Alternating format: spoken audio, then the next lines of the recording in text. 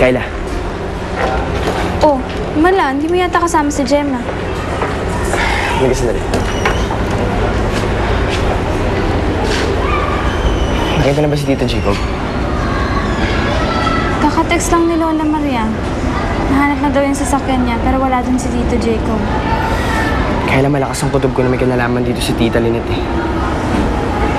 Ano? Sigurado ka dyan? Eh di dapat malaman dun ni na Lola Ana. Huwag mo na. Kailangan malaman ko muna kung sino yung mga kasama niya. Palagay ko nasa loob naman siya yung mga kasabot niya.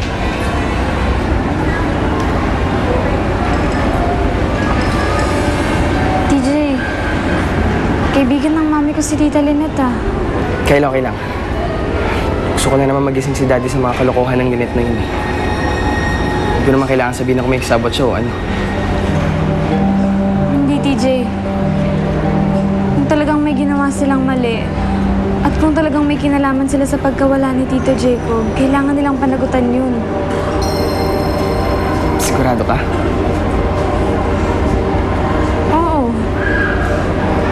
Ano bang gagawin natin? Ano mo, Kayla, pinahanga mo? Si Jem may naasahan kong tutulong sa akin dito eh. Hindi ikaw. Huwag mo akong hangaan, TJ. I feel bad about this.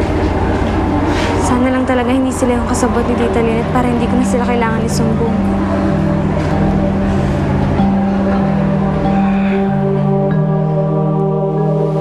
Iniwan ni Tito Lalay para sa'yo. Ano ito? Buksan mo.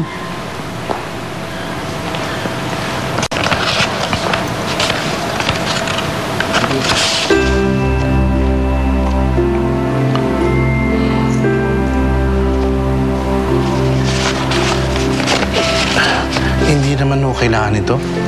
Masaya naman akong inalagaan si Lulay. Hindi ako nagangad ng kapalit. Sige na, tanggapin mo na yan.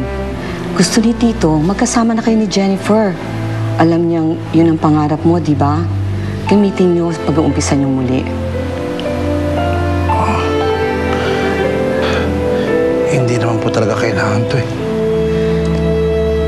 Pero salamat po.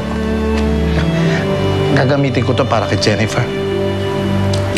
Isa pa, Manny. Babalik na ako ng Canada. Hindi ko na maaalagaan tong bahay. Sana dito na kayo tumuloy ni Jennifer. Para naman may nagbabantay dito.